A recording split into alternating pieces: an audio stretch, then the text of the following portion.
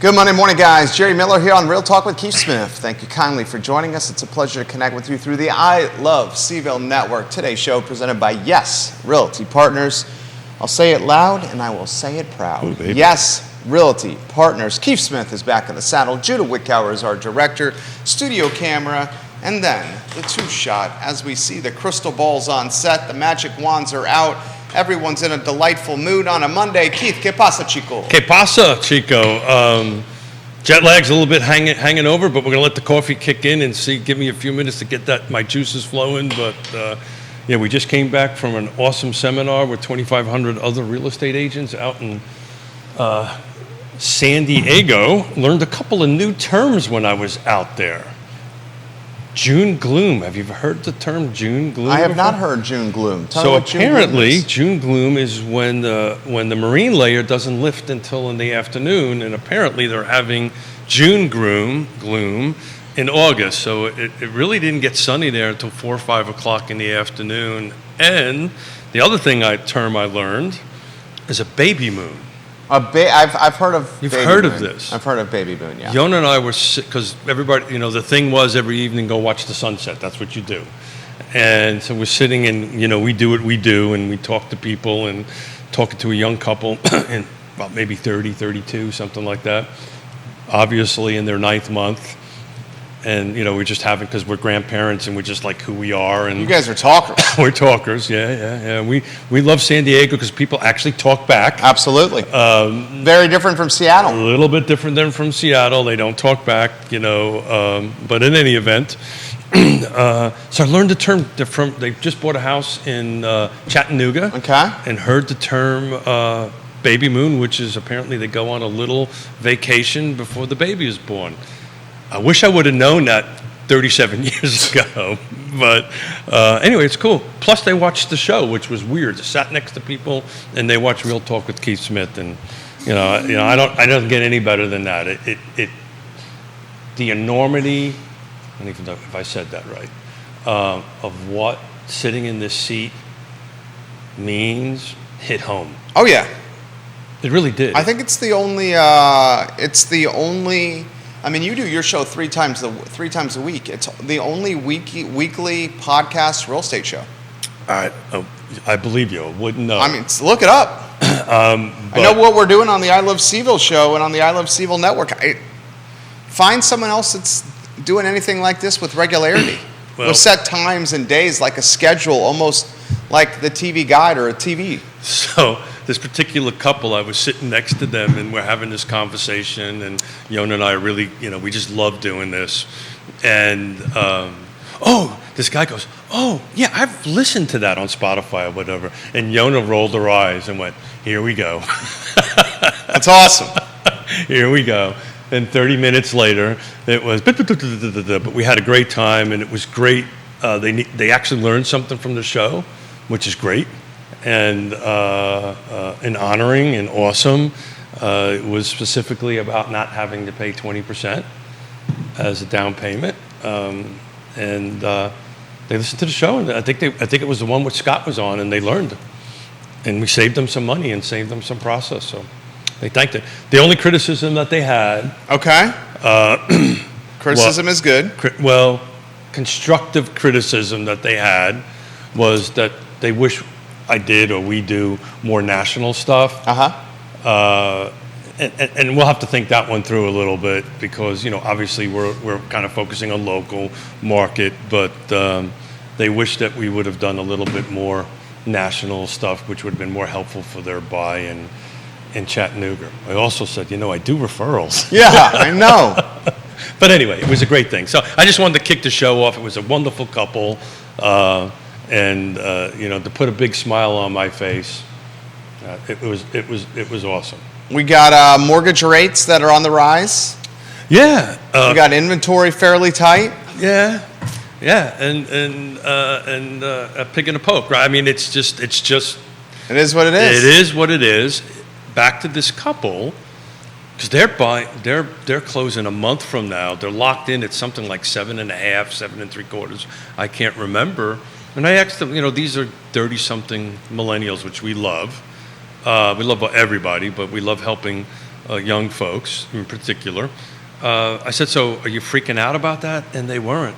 They really were focusing on, I need to get in the game. I need to get an ownership. It's a townhome. It's exactly everything you spoke about many a times. Uh-huh. They're buying a townhome to get in the ownership game, and we're just going to refi. Then the question was, what was the question after that? What did I get asked after that? We're going to refi. What? How much is that going to cost us? No, when is that rate going to lower? Oh, and you said I don't have a crystal ball. I happen to have a crystal ball. In front of you. Should we go to the crystal ball camera? But are you going to wear the Houdini hat? No, I don't. Because you don't want to mess up the hair? Totally get it. Totally understand. We're one and the same there, Keith Smith. You know, I don't know. Yonna's in the middle of our synergy meeting right now, so I know she's not watching until 10:30. You know, the walk this morning, you know what she said to me, Jerry? What'd you say? She said, you're getting a little thin on the top, ain't you? No. Would you believe that? You look, she didn't say that. 37 years, and it come down to that. She did not say that. I swear to God. I've never heard Yonna say a mean thing ever. Well, I don't think she's defining that as mean. I think she is Germanic, so she was being factual. Okay. Right? She was being factual. I'm getting a little thin on the top. I don't think so, pal. I'm looking at it right now. You're getting looking a little good. thin on the top, and when you reach a certain age, it gets a little thinner there, and then you get hair in places that I never had. I actually was having this conversation. Less hair on the head, more hair on the ears, more hair on the back, more hair on the nose. What's up with that? I mean, I never had chest hair. Now I got I chest don't need to see that chest hair. I've never had chest hair. Or maybe the viewers might want. Who knows? I don't think the viewers want to see your chest hair, Keith Smith. That's the reason I buckled up my top, thank you, Keith my Smith. tap button. So Vanessa Parkhill, hello. Thank you for Vanessa, watching the how are you? program. Jamie Turner says, keep it local. That's why I started listening. Tell them to listen to bigger podcasts for national stuff, Jamie Turner says. There you go, Jamie. Thank you very much. Yeah, so, but we do need to, you know, Jamie, we do need to look at the national stuff because it does impact the whole process. So look, a 5 days of seminars and talking to folks, and you know, at the end of the day, it kind of boiled down to what you and I have been talking about for a long time, right? And it was, I'm not going to focus on the inventory because everybody knows it's non-existing and it's going to stay low for a while. The topic du jour. Yeah. Let's keep real talk with Keith Smith. Du jour. You can say it any way you want. Good morning, Johnny. Good morning, Jamie. Du jour. Is, you know, when is the rates going to go down and when is inventory going to pick up? That seems to be the thing. So I mean, we don't know. No one knows. Yeah, it's interesting. I've seen people on this show. I've seen people on CNBC. I've seen the people that literally are paid to do this. They are not getting it right. They are not getting it right. Dr. Yoon is someone we admire quite a bit here, and he has not gotten it right. You're talking about the interest rates that he said it wasn't. Yeah. So look, I think at the high picture takeaway, our friends at the Fed came to the game way too late, ended up raising rates, I think the highest that's ever been risen before. They're going to come late to the game, lowering it. We're at 3% inflation. They're going to come late. That's probably not going to happen until somewhere during the first quarter of next year, beginning of second quarter. But you are going to see 30-year mortgages start dropping down at sometime in the first half of next year. I'm confident of that. You okay, brother? Want a sip of coffee? No, I just don't. You know, we'll see. Olga Zakhanova. What are your thoughts on that, Olga? Well, she's a broker with Douglas Elliman. Where do you think they're going to go? Yeah. Josh Tracy. Where do you think they're going to go? Jamie Turner. Where do you think they're going to go? We've had people say that the rates were going to drop this quarter. Yeah. We've had people say the rates Now were going they're to up to drop 8. in fourth quarter. Yeah. We had people say that. I mean. Well, clearly they do not have our crystal balls. I mean, no one. Yeah. This is what I've realized is making predictions or guesstimates. No one can see into the future. Look, brother, if you stay on this earth long enough, you know that, right? But you do. People are looking to us to help guide them, right? Yeah. Help guide them through the process. So the takeaway from this conversation I had at the 7, I believe it was 7 3/4. I have to look at actually took notes after the conversation, was that they believe getting in the game now was the right answer, right?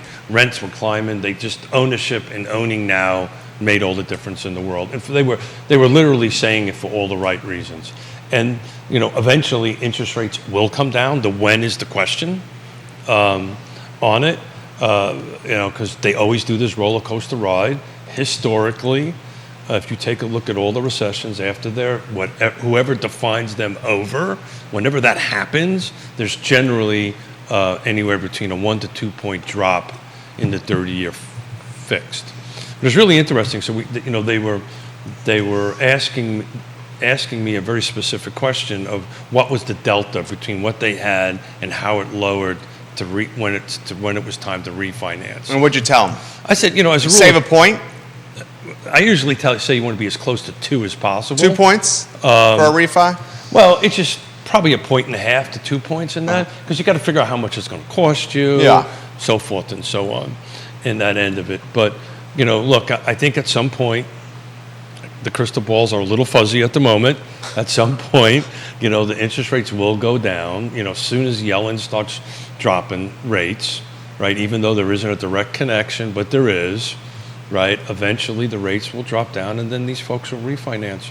But what they were happy to do is, they were told to use all their cash to buy the mortgage down. And I said, well, you do what you want. But if I was you, I would hold on as much cash as you possibly can, get into it, as long as you can handle the monthly payment, which they could, on that end of it. And keep now, if you don't put the 20% down, you do caveat that they're paying PMI, right? Yeah, the PMI is so minimal now at this point. I mean, what's the PMI? It depends on your, and that's a Wednesday conversation. Well, I meant for them. Did you ask them what their PMI? No, we didn't get that far into it. Okay. I didn't feel I was going to ask very personal questions sitting on a pier watching the sunset. I mean, that's what we should emphasize that to people. Yeah, sure. Good morning, Kevin Yancey. Yeah, the PMI, just like anything else, is based on your credit score and so forth. And so on. Yeah. So if you have a really good credit score, your PMI is a little bit less. If you don't have such a good credit score, your PMI, which is a little bit higher. But Scott can answer that question. But Jamie, very good question. He says dropping down from what though? That's a really good question there. It's like 7 3/4. So if you take if we're at 8, you take 2 points off, then you're at 6. If we're at 8 and the rates drop from 8 a point, you're still at 7. So to Jamie's thing, and this was the conversation I had with the young. Now we're not at 8 now. We're 7 and change. Woody, you'll get to your comment here. We're going to get to 8 pretty quickly. Yeah. And if not north of that. But so the conversation is look, what you need to do, and I think to Jamie's point, you need to look at your ROI, return on investment, and look at how much it's going to cost you to refinance it. Are you where that looks at it. The other piece of conversation I had with them, which they apparently didn't watch one of these shows, we had the whole pay a little extra, the old latte factor, pay a little bit of extra to principal, regardless of the interest rate. That'll help you on the back end. So it was a great conversation, and I was lucky to have it. Plus, we helped people list a house in La Jolla, of all places. What do you, Fincham? The analogy for this market is similar to a riverboat captain on the Mississippi. We've never seen a market like this, and you need to be working with professionals. Lincoln, navigator an ever-changing landscape within market. Experience matters, especially in a market like this. Amen, brother. I can't give you the specifics, but we're helping a family find a real estate agent to list their home in La Jolla, California. We do a lot of this. We do a lot of referrals around the country. And it's very interesting. There's 3 siblings, and we're having this conversation. And of course, each sibling has a different perspective, and they sought out a trusted advisor, which is Yonna and ourselves, to help them through the process on it. And it's really interesting that, hiring a local trusted advisor who understands the local micro market matters. So we said this a long time ago, micro markets matter. And it's very interesting because, some of the big internet companies are kind of popular out there. And it's really interesting because you're sitting down and having conversations, and one is very connected, knows all the people, knows how to get the process one, and the other one is trying to sell drone photography. This is La Jolla, folks, right? You just got to clean it up, get it on the market, and then know how to negotiate multiple offers. It's a pretty exclusive market there on it. But anyway, local trusted advisors matter, man. Such as Woody. Woody's actually helping us with that. I reached out to him, talk about referrals and stuff. I needed an appraiser out there, and he knew a guy who knew a guy, and we've got people helping us appraise the house. Kevin Yancey's playing a little devil's advocate with you. Oh, Kevin, drive safe, please. In a lot of ways agree with this comment right here. He says, I'd rather buy down an original mortgage than refi and pay another set of closing costs and gamble that the rates go down. So in their particular case, this young couple's case, they were going to sock all their cash into buying it down. And I think when we started talking to them a little bit more, back to the trusted advisor scenario, they were literally not going to have enough money to move from one end of Tennessee to the other on that end of it. So that was part of why I was saying, look, you need to keep your cash, finance it at a thing. They're in the tech business, so they were making enough money to make the payments. So it was a very specific, because you had to ask, W questions, the who, what, when, and where, and why. I did not ask the one question I should have asked, which you asked me, but so that was the conversation, which was that they were all freaking out that they were going to burn all their cash to buy a house and didn't realize they had options. Yeah, Jamie Turner, I'm hearing the same thing. He says, I bet that couple was told in the process, I know the payment is high right now, but you will be able to refi soon when the rates start dropping again. Jamie says, I keep hearing people say that professionals are telling them that like they have a crystal ball when rates are dropped. I concur. Well, the real problem was their agent wasn't talking to them at all. That was the real problem. Well, I mean, and that was my whole issue with, what is it, date the rate, marry the house? There's closing costs anytime someone refinances something. That was, and they're thousands of dollars. Considerably. In some cases, tens of thousands of dollars. So that's why you have to have this ROI conversation, and you have to take a look at it. And in their case, they just didn't want to be house rich and cash poor, right? And that was, again, this is sitting on a pier watching the sunset in a 15, 20-minute conversation, trying to, help them, guide them through the process. I would encourage anyone that's watching this program, and it sounds like a big apple to chew or a big nut to crack, to consider the 15-year mortgage on your house. I mean, Well, the rates aren't that much different. Well, no, they're not that much different, but what you save in interest over the course of a 15 versus a 30 is obscene. We're doing a 15 on ours, overpaying on the 15. Sure. The interest But you're not overpaying a lot, though. Well, it's a second. Is it a first home, second? That's our primary residence. Home, yeah, overpaying a good chunk on the 15. I mean, well, you and I, and this is why I love what we do. We see it from a different scenario on that. But if that works for you, and that works for your finances and your family, God bless you. That's great. But if it doesn't, and you can make extra payments, a couple of 3 a year, it achieves the same thing, but you just have a lower monthly payment. Now that requires what? Discipline. That's exactly right. Yeah, where the 15, exactly right. You have no choice. Yeah. You have no choice. Your payment's a little bit higher. And then next thing you know, your budget reflects what the 15 is, sure. And you adapt. Yeah, so 5 years in, 7 years in, you've cut your principal in half. I mean, you could conceivably pay off, if you overpay on a 15, you can Plus your equity is growing. Yeah. I mean, 7, 8 years you're talking about of paying this off. Yeah, and that's a great thing. Some of us who had to do it, couldn't do it, right? Yours truly is included at the time. And, we just made a bunch of monthly payments extra because we're religious to that, and actually reduced our loans to the 15-year mark. But Olga is watching. She says rates definitely should drop. Banks will not be able to sustain the turnaround. Olga, I like your comment. She wants to know, how long has Keith been doing this podcast? Oh, we're at 400 and we're north of 450 for sure.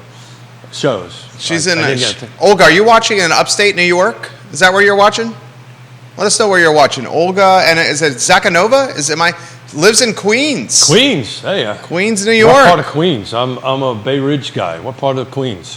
What part of Queens, Olga? Yeah, she works cool. for Douglas Elliman. I love when What a small world, huh? brokers. Yeah, Well, watch it on Yonna's page. So to God bless you. So to the point was, like, you're sitting on the dock and you're having a conversation with people from Tennessee that watched the show and took advice. But look, to always seek, to Woody's point, Sounds like she wants to launch a podcast. there you go. To go ahead and seek a trusted advisor. These trusted advisors need to sit down and get into your lives. The family I'm helping, we're helping in La Jolla was, I usually start the conversation of, do I have the permission to be direct, and do I have permission to be honest? Because that's what we need to do to help them. And there's going to be questions that we're going to have to ask. Jamaica Estates. Yeah, Jamaica Estates know it well. You know Jamaica Estates well? Well, it's Queens. It's Yeah. Jamaica Estates. It's Jamaica. Jamaica, Queens, man. I love it. Wow. Is she a native? She's born and raised there? Or Are she you moved born there? and raised? Let's see here. I can find a lot from her Facebook Oh, page. there you go. From Briarwood, New York. Okay, cool. Licensed that's real up- estate associate broker at Douglas Elliman. Yeah, so Briarwood's upstate New York, if I remember correctly, or down what they call downstate. It's somewhere north of Westchester, I think. We're having a conversation with you. We're having a conversation via the internet. Oh, she What- has a podcast. It started at 9 months ago, and it's going well. Congratulations. Add Olga. Make sure you add the video component like we're doing. Yep. It takes the branding recognition to a different level. Look at you. Yeah, good for you. Good for doing it. We're over 4 years of doing this stuff, and 2019. yeah, and part of the fun is the Batman and Robin chemistry and a little bit of the pushing back and forth. Oh, yeah. The bull and bear kind of approach. Look. I'm hesitant to even tell folks that the rates are going to drop in 2024. Unless something unforeseen happens, I think to Olga's point, she's spot on. You're going to start seeing rates creeping down. But it's all going to be wrapped around the Fed. Again, there's no direct connection, right? But there is. There's an indirect connection, right? The Fed's impact credit card rates, development loans, those kind of things. The 10-year T-bill affects the 30-year mortgage. Here's the thing. The Fed, the emotion of buying Treasury bills is kind of based upon what Yellen says and what the Feds do. So I think as we get closer to 2% inflation, the Fed's going to have to start putting the brakes on or putting that foot on the gas pedal and lowering rates a little bit. I really do think you're going to see that somewhere in the first half of next year. We'll see how clear our crystal ball is, but I think that's what we're going to do. And it's also, again, a lot of smart people.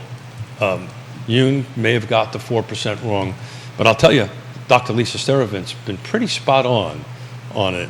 So The economist for Bright. she was spot on that rates are going to climb a little bit and then they're going to drop back down. But look, I'm looking Lake Monticello. I'm looking at the car footprint, right? I know Olga's in Queens, and Olga has the same problem, I'm sure, in Queens. We only got 56 new homes that came on the market in the last 7 days. 71 went pending. 66 were sold. I'll have to take a look at what it was last Monday because I took a picture of it. But when you sit down and have conversations with 2,500 real estate agents in San Diego, the story is the same no matter where they are in the country, right? It's lack of inventory. So I'm interested from Olga's perspective, what does she think the number one reason why there's a lack of inventory in her marketplace in Queens, New York? I think it's the same as ours, but I'm really interested in to see what's going on in her marketplace. She said, yeah, what's going on in your market, Olga? She says, I would love to connect with Keith. Sure. We love San Diego. She said Briarwood is next to Jamaica Estates. Oh, got that wrong. Look at that, huh? Why did I think that was upstate New York? So my apologies, got that wrong. Sounds like you got a potential guest here for the Real Talk with Keith Yeah, Smith. well, make your way down to Charlottesville. We'll put you in front of a camera and a bunch of folks. We can talk about your podcast and your awesomeness. Kevin Yancey says, how alarmed are you with another regional bank failure? Yeah. A lot of the banks were downgraded. Yeah. I haven't had a chance to dig into that, so I don't really want to go shoot from the hip on something. I don't really know why. If it's similar to some of the other reasons that they've kind of got way too much commercial paper or something like that, that could be.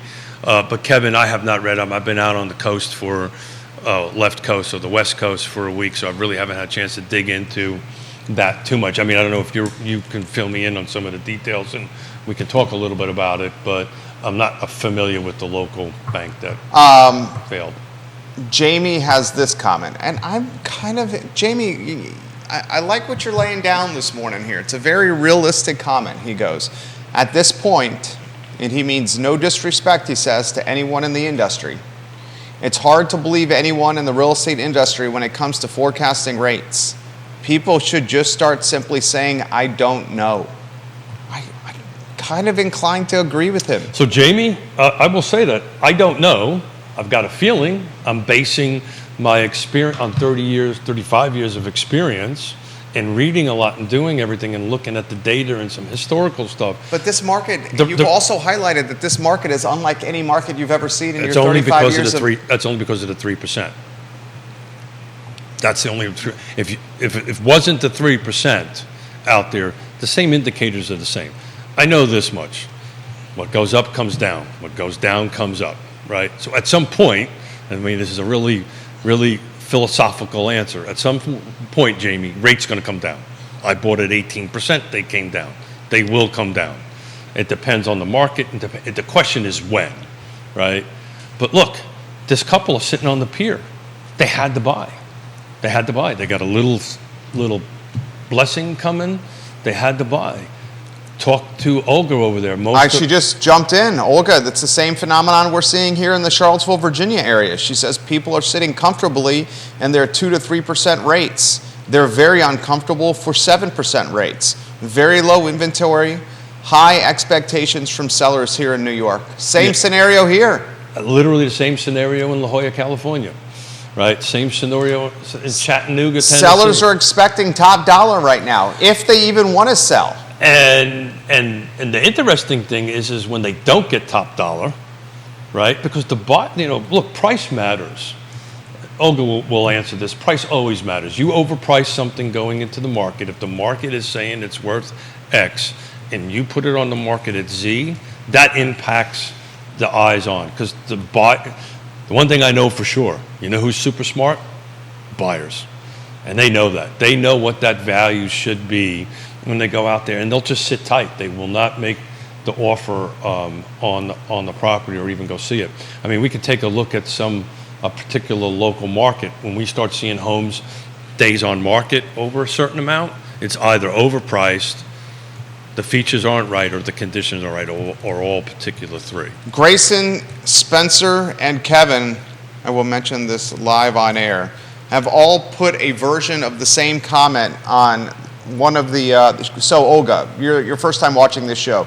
This show is streaming to 15 Facebook pages, 15 Twitter accounts, YouTube, LinkedIn, Spotify, iTunes, Apple Podcasts. It's on all the social channels here. And I aggregate or try to aggregate all the comments like yours that are coming in, and I mention them on the show so the viewers and listeners, their comments and questions can shape the discussion of what Keith and I do on the program. Very interactive program.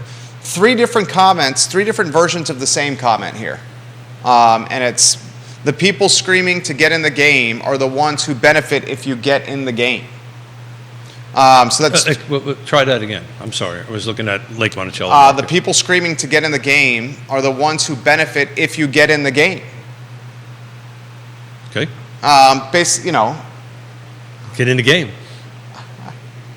Right? Yeah. So interpret that for me, because I see that a little bit differently. I think what these fellas are saying is there's reason why folks aren't getting in the game. The interest rate environment, the cost of housing, et cetera, et cetera, et cetera. So I see it differently. I see that comment. Just we'll do a bull and bear thing here, Okay. right? Because if you don't get in the game, even at X percentage, you're not in the game, right? And how are you going to build equity? How are you going to be generational wealth? You sure as hell ain't going to do it paying a guy or a person or a company rent, right? So ownership is always, in my opinion, ownership is always the right path. You get into the game, and this is the conversation sitting on the dock of the bay. There you go, little Otis Redding there. Jamie Turner agreeing with this. He says, great job, Kevin. Yeah, and you know what? And I appreciate their opinion. They're just wrong. So, getting into the game matters, right? It matters, right? Because otherwise, what are they going to do? Jamie, what's the alternative? The alternative is to pay an ever-increasing rent, never build any equity, never get the 15-year mortgage, never get the 30-year mortgage at whatever rate, and never build any equity or whatever. Most people's net worth comes from the property that their home that they own. Flat out, hands down, that's where that happens. So if you don't start that process, you don't start that process, right?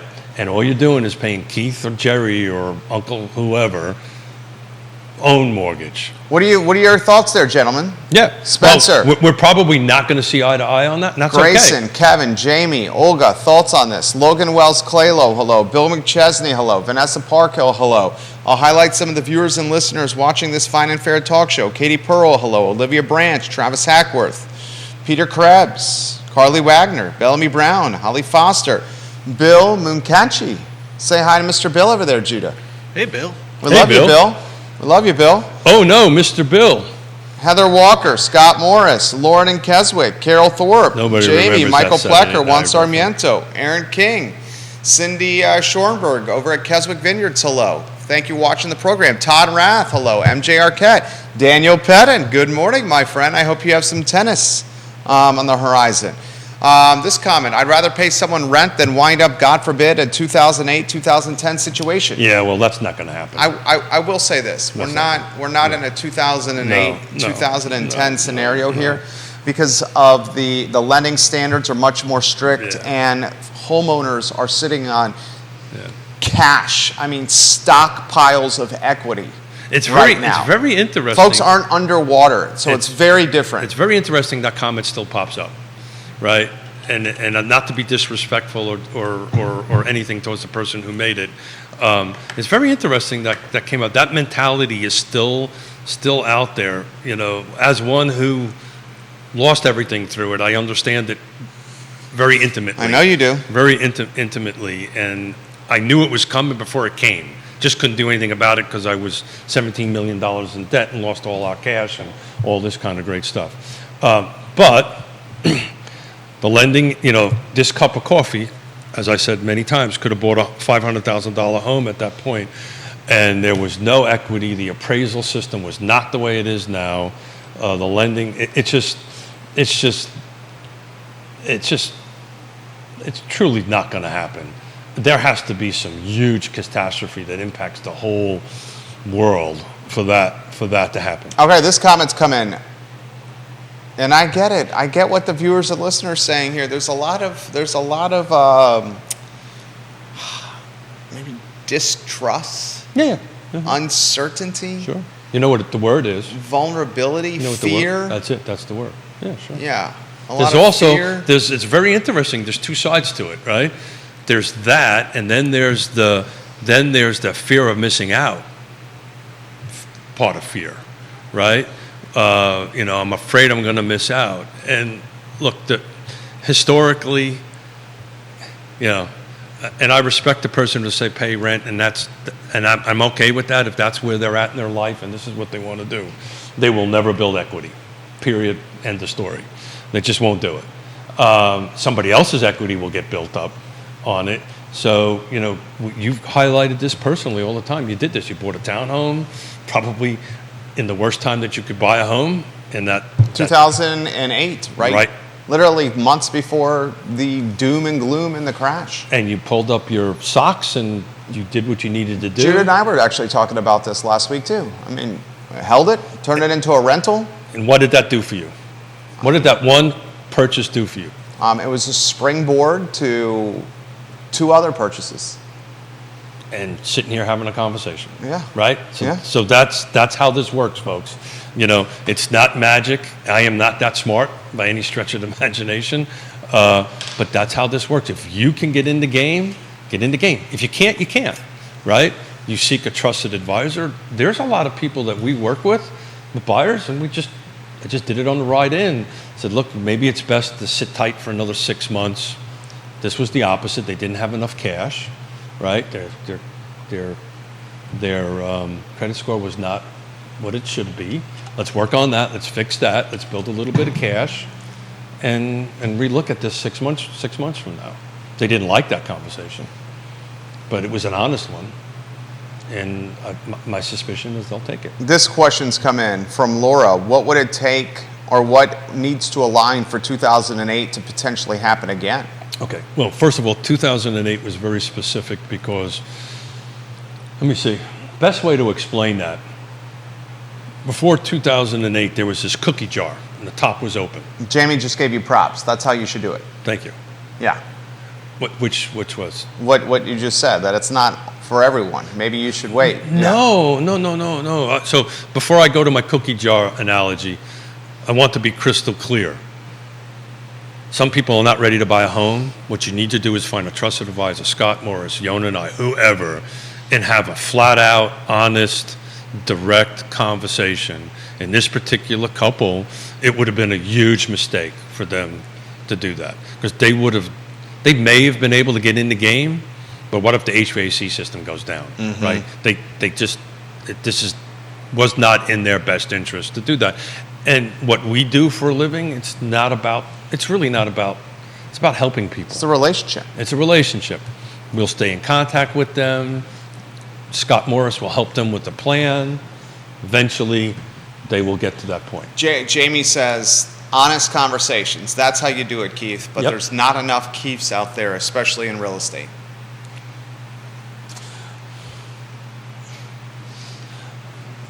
I'm honored and flattered. I'm trying to use the right words. But at the end of the day, the conversation I had with the client, with this Chattanooga couple on the dock of the bay watching the sunset. Dock of the bay. I like that. You didn't get my original. I said that earlier. Did. Otis Redding, Dock of the Bay. I like it. Do you know the story behind that? No, I do song? not. Judy, you know the story behind that song? No, I don't think I do. So it was an actual suicide note that was left on a dock of a bay in, I think it was in California. I don't remember which dock it was. I think it was San Diego on it. And whoever got it and wrote a song out of it, and Otis Redding sang it. Daniel Pettit says, I'm at Smith Mountain Lake right now, and there are a lot of people spending money out here. Smith Mountain Lake is red hot. No relation to me. No relation to you. Red hot. But back to the cookie jar analogy, pre-2008. So there was a cookie jar, and the regulators opened the top of the cookie jar and said, if you meet a certain criteria or whatever, you can take a cookie out. And then they stopped watching the cookie jar. And everybody, the lenders, everybody, this feeding frenzy, for lack of a better term, happened. And nobody was watching the cookie jar, which would be the feds, on it. Then all of a sudden, there's no cookies left. And the feds closed the jar and said, guess what? Unless you were the good Lord himself, you're not getting a loan, right? And that's how it happened. That's where, right now, in order to get a loan, you actually need to be a living person. By the way, they were giving loans to people that were dead. That's how crazy it was. So all that has not happened before. So there's the loan process. Plus, there is the lack of inventory. Why do we have a lack of inventory? We have a lack of inventory because at the time of great unpleasantness, we went from 2 million new construction units down to 300, and we stayed flat for 10 years. So there's no new project. Oh, by the way, we've got 170 million millennials and Z folks that are about ready to buy. We're dying off, the boomers. You've still got a lot of life left. I think I'm doing good. You're doing well. I'm doing good. Yeah, I'd say 2-3 It could be decades. the caffeine kicking in. How old's Pop? Pardon? How old's Pop? 84 maybe? Okay. 83, 84. I don't know, brother. When you're 60, 80 is awfully close. When you're north of 60, north of 80 is a lot closer than you think. Still got a couple decades, my I friend. still got a couple of decades. Vanessa Parkhill in Earlysville. I agree wholeheartedly with the concept of getting in the game. Isn't down payment a huge barrier to entry for first-time buyers? For those struggling to even make rent, how are those folks able to scrape together enough cash to put down a down payment on an entry-level property? Even a condo or townhome when that unicorn hits the market in CVille and Almore. I mean, it's a great comment right there. So Vanessa, 1,000% spot on. I mean, because that's look, why your you entry need. in Albemarle County is what? Well, I'm looking at Lake Monticello right now, so let's focus. I'm looking at what's available in Lake Monticello Yeah. just because I like to look at it. Sure. It has 4,500 homes. It's easy thing, but it's also used to be or could be considered an entry-level neighborhood. Cheapest home right now is $252. How long's the DOM on that one? There you go. Yeah, it's been on for a while. 31 days. So the median, and Neil, think I said that right. The median days on market in Lake Monticello this year to date is 5. I mean, 31 is 6x. Average is 20. So when you're looking at what's available on the market that's over 20, then there's something not right. So I will tell you, out of there is 20 homes on the. Excuse me, I apologize. There are 17 homes on the market right now. There are 3 active with a kick out. We'll talk about that in a minute, what that actually means on it. And there are no new constructions in that. So in essence, there's really 14 homes on the market. I got 31 days on the market, 47 days on the market, 19 days on the market. That's getting there. 53, 4, 14, 3, 47, 53, 24, 4, 32, 11, and 89. So anything that's under 20, there's an issue. It's either overpriced, needs a ton of work for the price, or it doesn't have the right features. So I didn't count how many there are, but I would suspect about half of them are really on the market. Because when you start getting over those days, something's not right. Your entry point into Albemarle County may be the Villas at Southern Ridge condominiums down 5th Street Extended. Last week, there were 3 units on the market, condos in the Villas at Southern Ridge. Now, all 3 of those have gone pending. 225 for the largest footprint, 1220 square foot, 3-bedroom, 2-bath with a den. You got a 2-bedroom, 2-bath that went pending with a 190 ask, and a 3-bedroom, 2-bath without the den at 1130 square feet went pending at 218. That complex is absolutely red hot. Another neighborhood I follow closely. Why is it? I mean, it's in a good school system. It's adjacent. It's very close to the bypass and the interstate. Very close to the University of Virginia. It's got decent amenities. It's 5-10 minutes from downtown. The location is primo, but most importantly, it's the price. I mean, find something at 225 in Albemarle County. You don't. You got Right, it goes that's my point. 232, which is 200 days on the market, by the way. The next jump up is 250. So I'm just looking at what's Albemarle County attached and detached. What's Turtle active. Creek condos, nothing on the market there at Turtle Creek. So what these folks are doing, they're doing what you did. They're buying in. They're getting into the game. We call it a game. Maybe that's the wrong choice of words, but they're getting into the ownership vertical ladder, home ownership vertical ladder. They're starting at a certain rung, and then they're going to start working their way up their rung and start building equity and appreciation. And it's interesting. I'm going back to this young couple on the dock of the bay because it just was awe-inspiring to me. Well, I love it. I genuinely love it. I'm literally going to tear up here, I think. I cannot tell you what it feels like to sit next to somebody that goes, oh, I heard you and I listened to what you said, and it worked in our lives. I don't care. Interest rates, commissions I get paid, and I truly mean, I'm going to look you in the face and tell you this. That all is great stuff, but having that conversation is everything.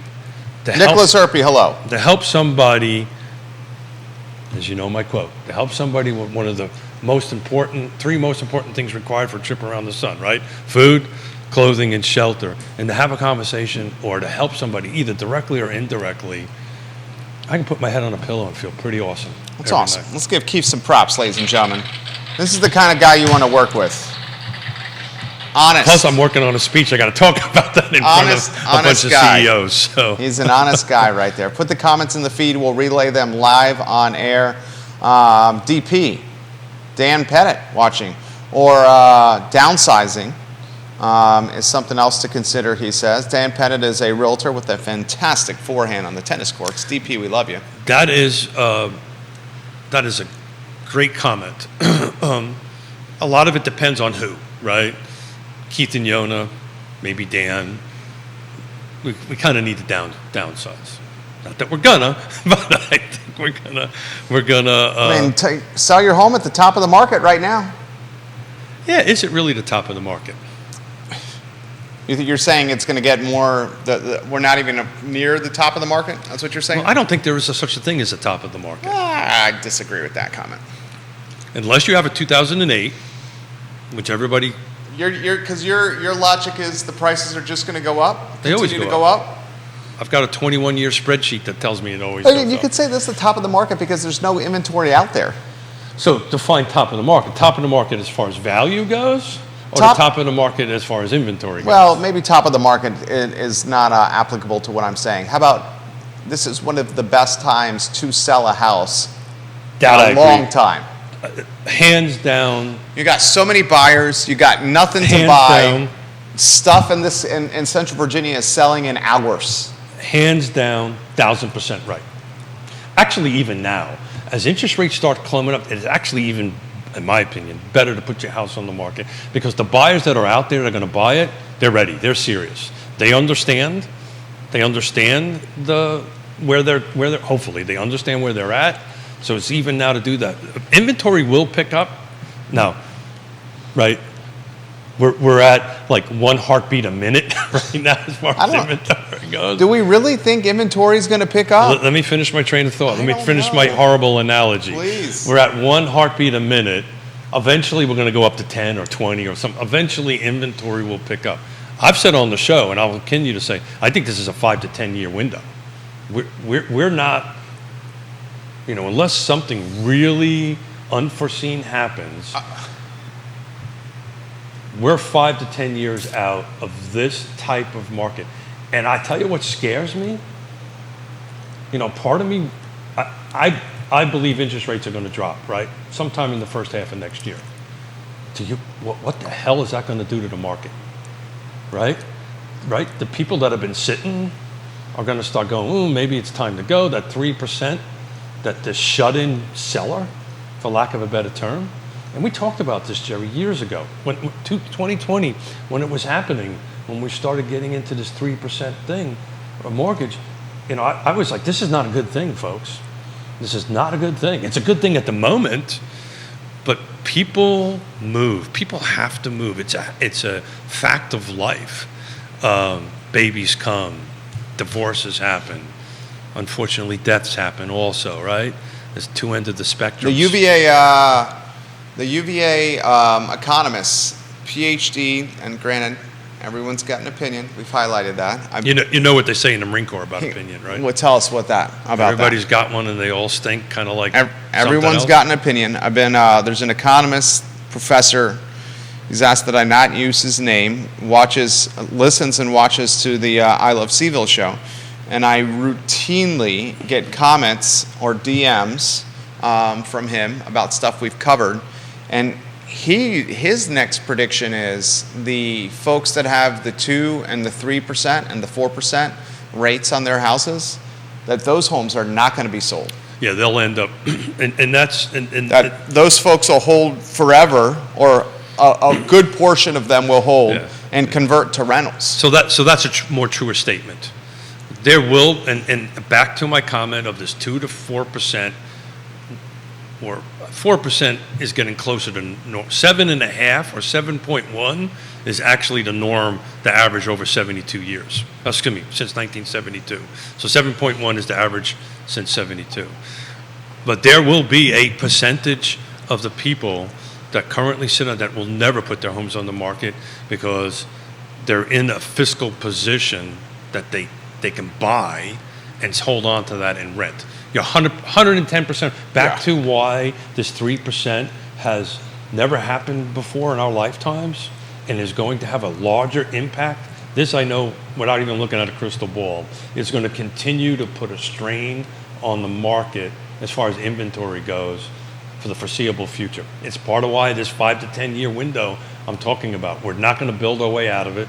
There's going to be a percentage of the 2 to 3% that is never going to come on. Nobody, your economist friend, nobody knows what that percentage is going to be, but there's going to be some, without a doubt. He says his You've got the largest. it was probably a 500-word direct message. Yeah. Well, I can't write 500 words. I can barely speak 500 words. And he says the next phenomenon to follow is these property. Why would someone give up a 2.75% financing instrument? But it's not going to be 100% of that number. No, not 100%. Right. Yeah. But it's going to be some number that nobody knows yet. He doesn't know that for sure. Yeah. And he'll tell you he doesn't know that. And the largest buying cohort ever is hitting the market. And all that trash, Michael Plecker, I wonder if it's the same guy. All that stuff is hitting at the same time. Michael Plecker says, my client, who is a real estate professor at the McIntyre School of Commerce at UVA, agrees with Jerry's last statement.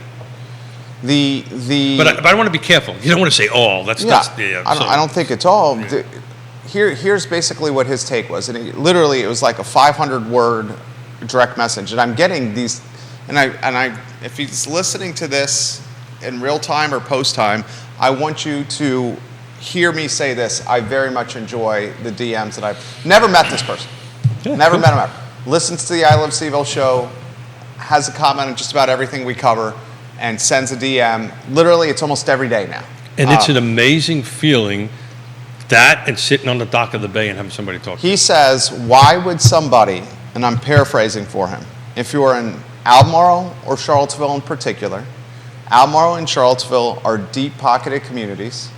We know not everybody. Look, Jerry. The median household income is $114,000. No, it's not. It's 123. I think it's 114. No, it's not. I saw that.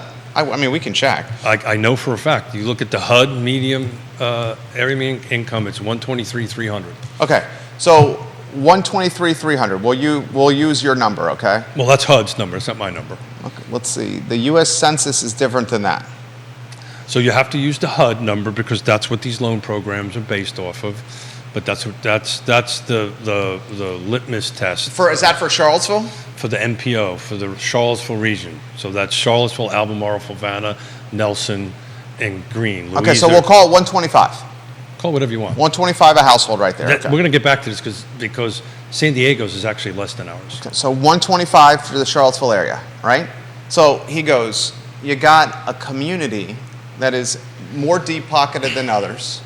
Oh, yeah. Many in this community, and he gave me a percentage, it was a national percentage, 80% of homeowners have a rate 4% or under. That's national? Yep, that's the national average. Right. Mm-hmm. He included that language. Because everybody was at 8 at one point, refinanced at 3 or 4. He sent that to me as well. He goes, if you have a community that's deep-pocketed, a community that is nuanced, which the Charlottesville area is nuanced, why would these folks take a home with a financing vehicle of 2 or 3% in that range? So if they can, they will. A lot of people do not want to own rental properties, right? So, but the good doctor, or I'm assuming he's a PhD. Doctor, yeah. The good doctor is right there. This is why I believe we're in a 5 to 10 year trajectory before inventory gets better, because there's going to be a percentage. Who the heck knows what that number is, right? For the sake of a talk show, let's say 50%. which I don't think it's going to be. It's probably closer to 25%. But let's say, I can 2x the mortgage on our house. but Jerry, my friend, Mortgage on our house. You're a sophisticated. I can 2x it But you're a sophisticated. just by listing it with Ally Property Management and doing nothing. 100%. 100%. Here's what Ally Property Management. I forget I own Right. a rental property. Yeah. I get it. But we're sophisticated. We do this. We eat and breathe this stuff. Some people just don't want to do it, right? Some people just want to cash out. Some people just want that X dollars and move on and move up this particular ladder. Woody Fincham says, we have never seen a market like this. I would agree with that. But I lean toward what the professor is saying. Yeah. But it's not going to be everybody, right? So to be clear, but that's why there's going to be, so multiple things are going to happen. Interest rates are going to drop at some point, right? Inventory's not going to increase. People are not going to put their houses on the market. Which is going to drive rents higher. Which is going to drive rents higher, right? This whole conversation hasn't come up yet. There's not going to be any new development of any size moving forward. There's going to be some small stuff, but you're not going to see a huge influx of new construction. Excuse me, folks. Another thing that would prioritize owning rentals. Yeah, sure. If that's where you're at in your life, that's it. But it's only going to make it much harder for folks to get in the game and move up the ladder. Look, you and I have had this conversation before. We're sitting at kitchen tables with at least 6 sellers that are frightened to they need to move, but they're afraid to put their house on the market. Not because they want to rent it, not because of whatever, but because they're getting relocated. One's in the military, is getting relocated. The poor guy owned the house for a month and got orders to leave. Now talking about sitting at a kitchen table with tears down folks' eyes on what to do, because they're not going to walk away from that home positive, without a doubt. And now they got to go buy at 7 or 8% somewhere. Jason Howard on Rio Road, he says, will the 2 to 4% rate folks who choose to rent instead of sell their house, will that help slow the climb of rental rates in the area? I don't think so. No, it's just not going to be enough. There's not enough places to rent in Charlottesville and Almar. So what the good doctor, I'm sure, has figured out or calculated in it, there will be a bunch of people that are what I call mom and pop rentals right now, that have to move for whatever, that don't have Ally Property Management managing their property. There's quite a few of them. That's who I use as well for the condo that's a rental. But the people who don't, they're not putting cash aside, they're not doing, and you're starting to see this because we're getting these phone calls. Hey, I've got a rental property. How much you think I can get for it, right?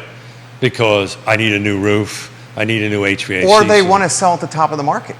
But these conversations were specific about, I don't want to hold on to the rental anymore because I never put enough money aside to save it. For whatever reason, they didn't have a trusted advisor.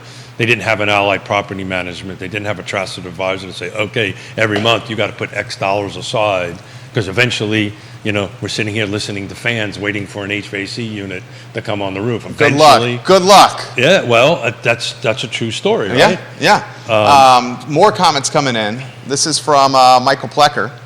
Man, there's a lot of comments coming. We're going to get to as many of these as possible here. Plecker says, if a seller waits until there is ample inventory for them to look at, to buy before they sell their home, they will have greater competition when they do sell their home. The translation, their home will be worth less. They should take the COVID appreciation money they have earned and move on, then refinance if the rates do drop. This has come in from Matthew on one of our 15 Facebook pages. Then we'll get to your comment, Woody, then Dan, Grayson, Olga. Thanks for hanging with us, Olga. Matthew says this: we're doing exactly what the UVA professor DM'd Jerry about. Our home has jumped 40% in value since we purchased it in 2019. We're going to pull a chunk out of our house and use that to buy the next place and convert our current home into a rental.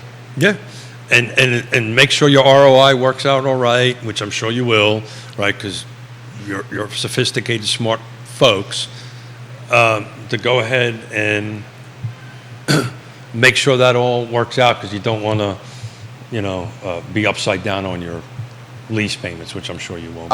He purchased for $350. He says right now it's $490. Just had it appraised, and we're going to pull $200 out of it. There you go. And we've been overpaying, and we're going to use that $200 to buy the next spot. There you go. Woody, you're next in the queue here. It says if Smart move.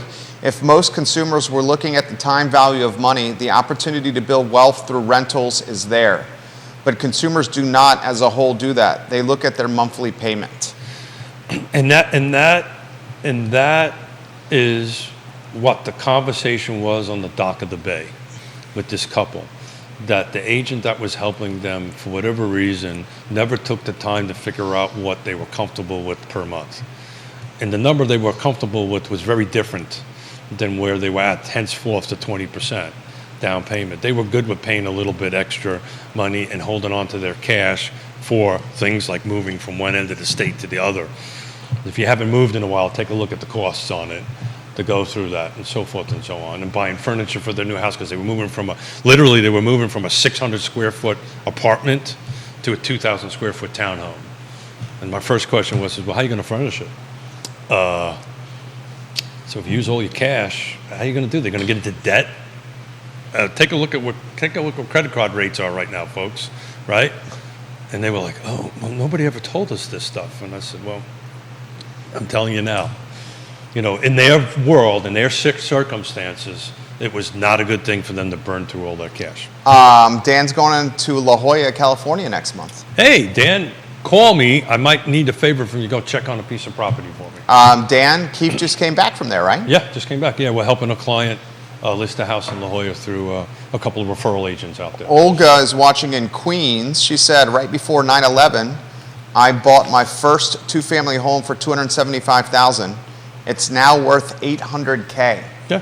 I mean, I talk about our scenario. We bought the home in March of 2020 when the world was coming to an end.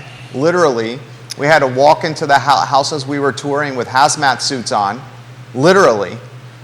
We got it for $700, and it is a comp that's identical to ours, just went under contract at under 1.4.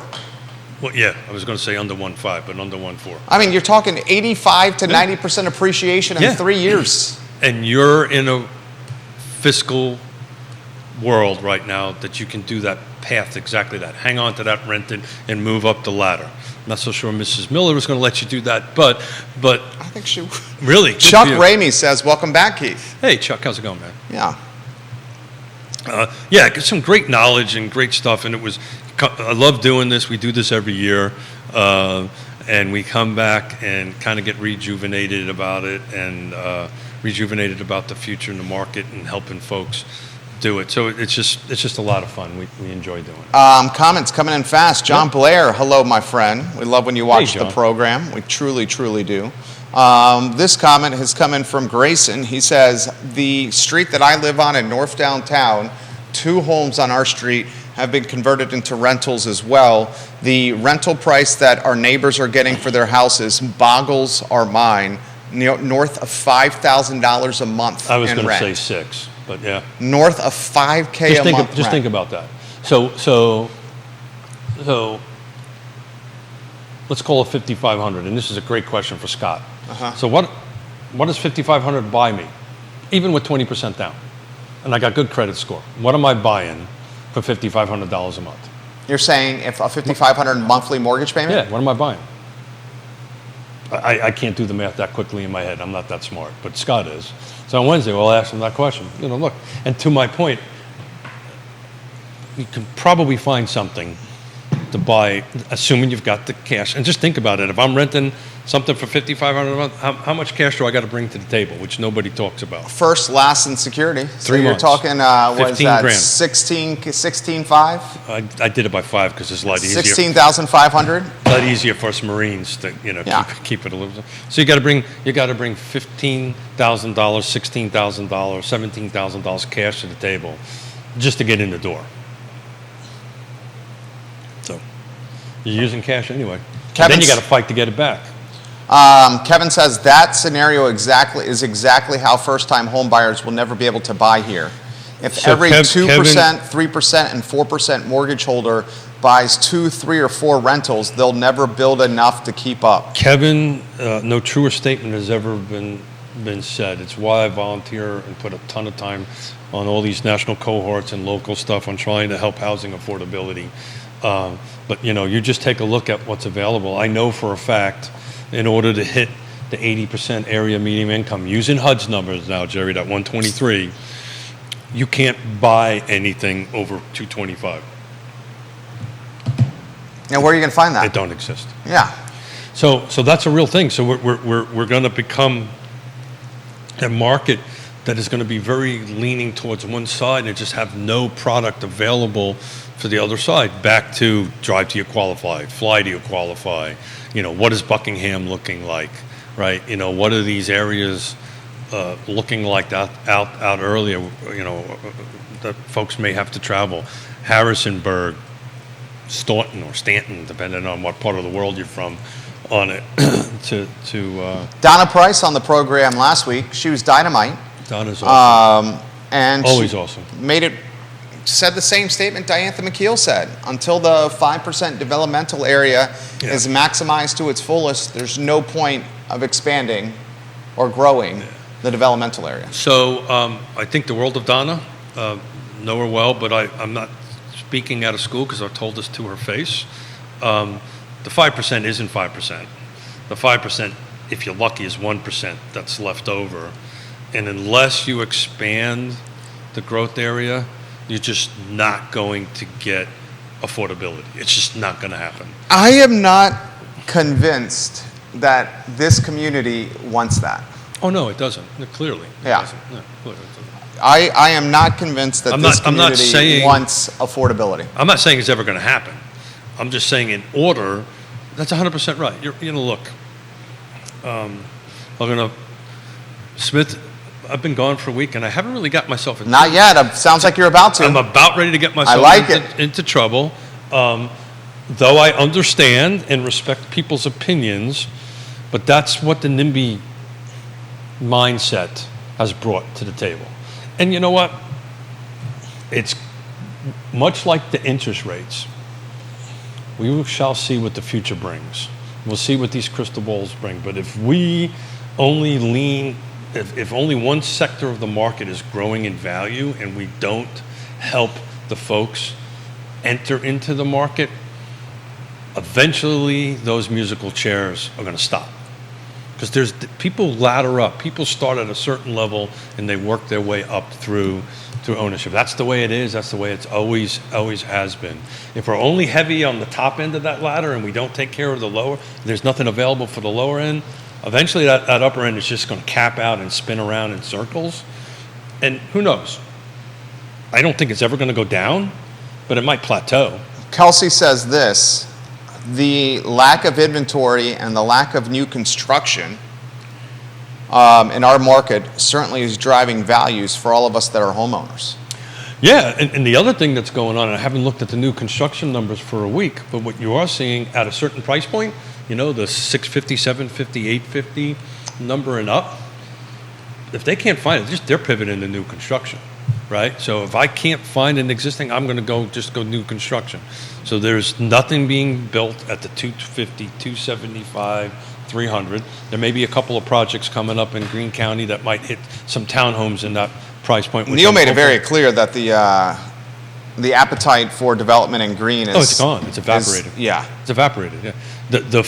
As I call it, the Flavanna flu has been caught all the way around, right? So back to the point. You'll see existing stuff in Greene that's on the paper happen, so you'll see a little bit of units getting built in Greene County, then it's going to stop. You're not going to see any more in Flavanna. Albemarle County's just too expensive. You'll see development happen in Albemarle County, but it's going to be at this upper level number. You're not going to see any entry level stuff in that. Louise has kind of got the same flu. Michael Plecker says this is not a healthy market. It is not a healthy market. And that's funny. because And he wants everybody. to come back on the show. Can we get Everybody. Michael Plecker back on the show? Yeah, I know that. I know Michael, we'll get you back on. I know that. Yes, Michael, we'll get you back on the show. Everybody's all. One of the Shenandoah Valley's finest backstops. by the way. Everybody, the comment about 2008, 2010, which is, I understand. But this is, in my opinion, almost as unhealthy as it was back then, which is a scary thing to say, particularly after you lose $17 million in all your cash. Jason Howard on Rio Road. Maybe Charlottesville becomes another Arlington or Falls Church. Affordable being non-existent. Yeah, but it is already. Do you know what the second highest cost of living in the state of Virginia is? Is it here? It's here. What's- Charlottesville is the second highest cost of living. When I have a conversation with brokers in Miami saying that their area median income, by HUD standards number, is under 100 grand and we're at 123, their jaws dropped. So what? What are you talking about? I said, well, do a little homework, take a look at it. Olga says in Queens, New York, we have lots of buildings now coming out of tax abatements, making taxes unreasonable, which is causing stagnation in condos in her area. So California has a thing called Prop 19, right? And what Prop 19 is if you bought it 20 years ago at X dollars, your tax rate is based on what you bought it 20 years ago. It doesn't get appraised up. But when you sell it, right, or whatever, you have to. It's now at this new number, which is multiple times above that. But the tax, I was looking at this one property in La Jolla. I mean, it's, multiple tens of thousands of dollars. The same thing for Olga and Queens. It's just ridiculously expensive. Keith Smith is back in the saddle. Oh, yeah. Look at that. Time flies when you're having fun. Look at that. 12:30. Well, I love being here, love doing this back and forth. We didn't get to all the comments. We miss you guys. We love you guys. We do, but we've got Wednesday and we've got Friday, so please come back and talk to us. I love it. Keith Smith, any closing thoughts? No, it's great to be back. You got a lot of fans here, Keith. Oh, well, I don't know about that, but thank you. Michael Plecker said, I agree with this, Michael Plecker. Judah and I were talking about this. It was affordable housing, the moniker. Then it turned into housing affordability. Which was my moniker. And now housing affordability is disappearing Yeah. because we know that there's no housing affordability around here. And now the moniker has turned into workforce housing. Michael Plecker says, I'd like to just stop talking about affordable housing and talk more about helping people able to afford a home. Yeah. I think it's now, is the brand now workforce housing? So it all depends, and that's part of the struggle with that is there's a lot of time spent on labeling things and not solving them, unfortunately, to Michael's point. But he's 100% right. You got to help people. You've got to meet them where they are. You've got to educate them and help them through the process and help them move forward. And to the conversation I had this morning, as much as I want everybody to own a home, some people aren't ready, right? And some people need a little bit of help. And that's where we help them too, right? We have trusted advisors. We point them in the right direction, go along the journey with them. But look, to Michael's point, hold on a second here. In the last 7 days, 66 homes closed.